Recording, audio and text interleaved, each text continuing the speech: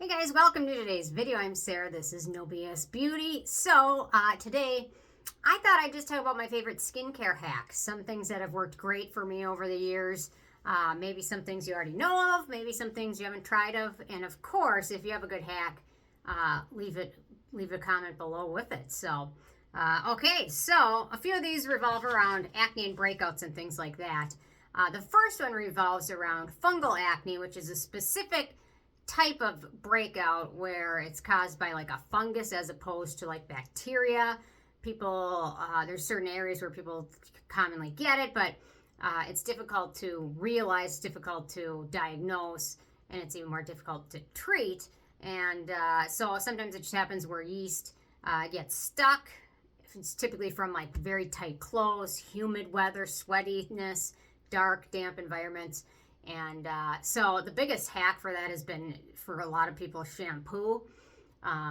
Using like Head and Shoulders shampoo that is geared to treat dandruff, because that ingredient specifically also helps with fungal acne. And the best now for that recommendation wouldn't be Head and Shoulders or any of those, or Salicylic Blue or whatever those are, because they have a lot of scent in them. CeraVe came out with a treatment dandruff shampoo. Actually, this isn't it, but it's from their same release.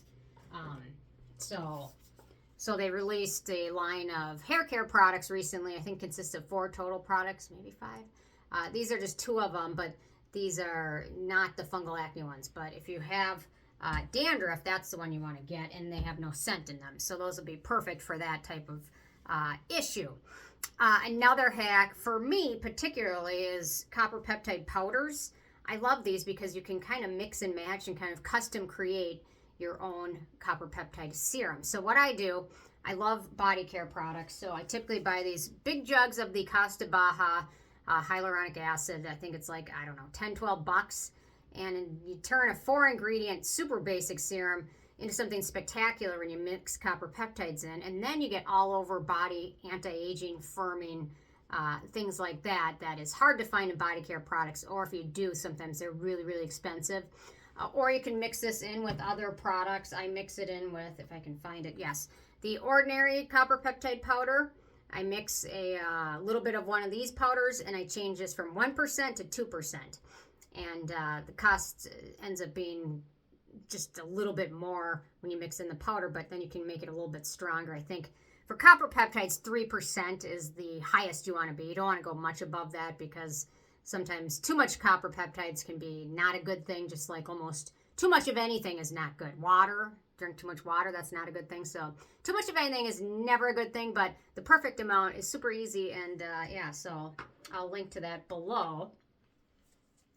Another thing is neutralizing products. So if you want to use certain things like exfoliants in the same routine as say copper peptides, or you're using like an exfoliant, mandelic acid, salicylic acid, whatever, you're going to use that right after cleansing and toning in your evening routine. And then typically most people will say that's it, put your moisturizer on and you're good. What I say, if you want to use more in your routine, apply the exfoliant, give it a minute to soak in, and then apply a neutralizing product in between it. So some neutralizing products are just neutral. The Hyggee Natural Repair Serum, really nice. The Numbuzin Pantothenic B5 Active Serum. The Regimen Lab Wave Serum. Just anything that's neutral, that doesn't have any strong actives in it. Apply that, give it another minute to soak in, and then you can apply peptides or copper peptides or whatever. Because typically you don't want to apply a lot of actives with other actives, or certain copper peptides or certain other ingredients. They don't typically play well together. But if you do it that way, or even you don't necessarily need a neutralizing product, if you wait 5-10 minutes, that'll work too. But I love more products, so neutralizing product in between, I like doing that. So that's another nice tip. So this has been a big one lately for people with acne prone skin. Towels, like disposable, like these are biodegradable towels. So instead of using like a dirty towel to wipe your face off to dry it, a towel like this, or even just air drying it. I wouldn't recommend this brand. This brand's very thin, but I have a different brand I'll recommend. below, but using that to dry your face off instead of a towel that you've used before. Or I have a weird towel routine. I have a routine for everything. So I've got these two towels. So I start out with one that's just going to be my hair towel and body towel, and then one that's for my face. And then once the face towel has been used a couple times, then I'll transfer that over to become my hair and body towel. And then after that, it will become my hand towel in the bathroom. So I have a weird towel routine. Or if you just use something like this, that makes it kind of a little bit easier. But I don't like using the same towel I use to dry my hair off on my face, because you've got conditioner, and conditioner's meant to kind of stick in a little bit. Which leads me to my next tip, which is the shower routine. Everyone needs to do, well, not everyone, but this one has worked for me for years. You get in the shower, you shampoo your hair first, you condition your hair. Sometimes you leave it in, so I'll put it back in a clip or whatever, and then while it's soaking in, I'll shave or exfoliate or do whatever, rinse the conditioner out, then I go to body cleansing, and then last but not least, the face cleansing. If you do it in that order, you don't get as much of the residue. It will help with if you're prone to acne or acne on your shoulders or things like that. Doing it in that order helps, especially making sure that you soap off after conditioning. I don't go totally crazy with the amount of soap I use. I just focus on kind of sweaty areas. I don't really use a ton, like making sure I wash it. You know what I mean? I don't go too crazy with it unless I've been like in a mud run or really sweaty at the gym or something like that. So another one, changing your pillowcases frequently, especially if you're prone to acne.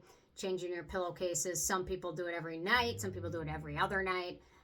So that's another tip, especially, I mean, your pillow, you lay on it with your hair, which has maybe products in it, things like that. Then if you change that pillowcase every other night or every night, it prevents or lessens the likelihood of bacteria or just hair or leftover residue or leave-in treatment products getting on your skin. That's a huge one. Hypochlorous acid is a huge product that people have really found beneficial for rosacea and acne. There's a lot of different brands. Tower 28 has one. I think there's a brand called the Magic Molecule that sells it. And hypochlorous acid is just like a really, really, really, really weakened down kind of bleach.